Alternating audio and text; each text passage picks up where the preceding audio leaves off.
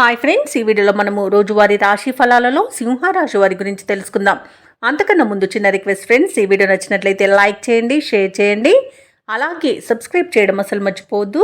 మీ యొక్క సపోర్ట్ నాకెంతో అవసరం. ఇక సింహరాశి వారికి ఈరోజు బంధువులతో వివాదాలు కలిగే అవకాశం కనిపిస్తున్నందున కాస్త ప్రశాంతంగా ఉండడానికి ప్రయత్నించండి. అలాగే ఆరోగ్య విషయంలో అశ్రద్ధ చేయడం మంచిది కాదు.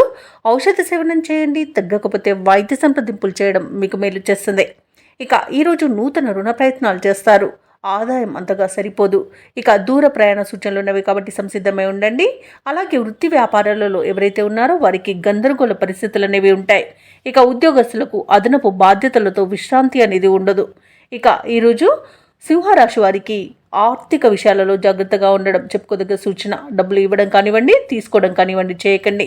ఇక గొప్పలకు పోయి తిప్పలు పడే అవకాశం అధికంగా కనిపిస్తుంది. ముఖ్యంగా రాజకీయ నాయకులకు అనేక రకాలుగా ఇబ్బందులను ఎదుర్కొనే అవకాశం కనిపిస్తున్నందున కాస్త జాగ్రత్తగా ఉండండి. ఇక సినీ రంగం వారికి కూడా నష్టాలు ఎదుర్కొనే అవకాశం కనిపిస్తుంది. షేర్ మార్కెట్లలో పెట్టుబడులు పెట్టకండి, నష్టపోయే అవకాశం అధికంగా కనిపిస్తుంది. అలాగే కొత్త వ్యక్తుల చేతిలో మోసపోయే అవకాశం కూడా కనిపిస్తుంది. ఇక ఒప్పందాలు చేసుకునే విషయంలో కూడా జాగ్రత్తగా ఉండండి. ముఖ్యమైన కార్యక్రమాలు కూడా కొంత నత్తనడకన సాగుతాయి. రాబడి అంతగా కనిపించదు. రుణదాతల ద్వారా ఒత్తిడిని ఎదుర్కొంటారు. కుటుంబ సభ్యులతో వివాదాలు కలిగే అవకాశం కనిపిస్తుంది.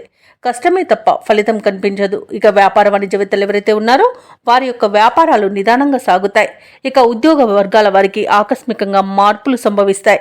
రాజకీయవేత్తలకు, వైద్యులకు ఒత్తిడులు అనేవి అధికమవుతాయి. ఇక విద్యార్థుల యొక్క ఆశలు ఫలించవు.